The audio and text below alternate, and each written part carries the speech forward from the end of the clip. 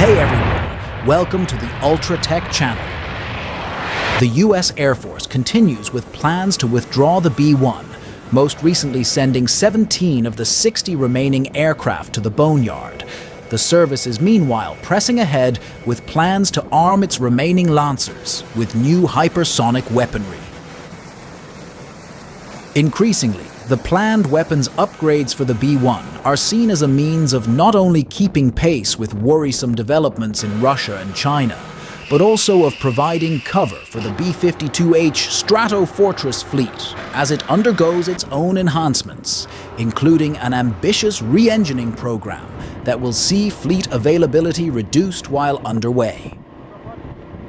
Details of the ongoing plans to turn the B-1 into a missile truck for new hypersonic weapons emerged recently during a talk by Boeing officials at the Military Affairs Committee of the Abilene Chamber of Commerce, the business interest organization in the Texas city that's also home to an operational Lancer unit, the 7th Bomb Wing at Dyess Air Force Base. The results of that meeting were published by the Abilene Reporter News daily newspaper and shed light on the current plans. The Boeing officials outlined how the surviving B-1 fleet will be enhanced until the type's ultimate retirement in favor of the forthcoming B-21 Raider, a new generation stealth bomber, the latest progress on which you can read more about here.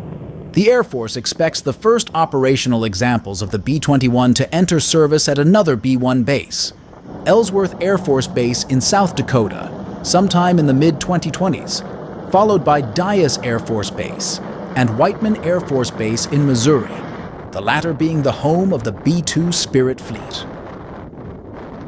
With that in mind, the B-1 fleet at Ellsworth could be expected to serve for another decade or more. The introduction of hypersonic missiles is planned as a key component of keeping the B-1 relevant until then. Several experimental air-launched hypersonic missiles are already under test, albeit with mixed results during initial trials. According to Robert Gass, former Dyess Air Force Base commander turned strategic development and investment manager for Boeing's bombers program, the B-1 will have its Cold War-era external weapons carriage capability reactivated to accommodate the new weapons. Work to reactivate the B-1's hardpoints has actually already begun, initially to carry up to a dozen more subsonic AGM-158 Joint Air-to-Surface Standoff Missile, JASSM cruise missiles, or AGM-158C long-range anti-ship missile derivatives, in addition to 24 more of either of those weapons that fit in its internal bomb bays. The same basic weapons interfaces are slated to be adapted for hypersonic missiles, too. Gass said that these kinds of weapons are the next big thing in bombers, but they are dimensionally big, too, making external carriage preferable, and perhaps even a requirement.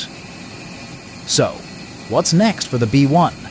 First, it's important to note that Boeing doesn't expect it to be cheap to outfit the swing-wing bombers with hypersonic weapons capabilities, and the program will have to negotiate defense budgets if it's to succeed. Much of the cost will be absorbed by reactivating the long-dormant external hardpoints, which were once intended to carry nuclear weapons, before the B-1 lost this role after the end of the Cold War.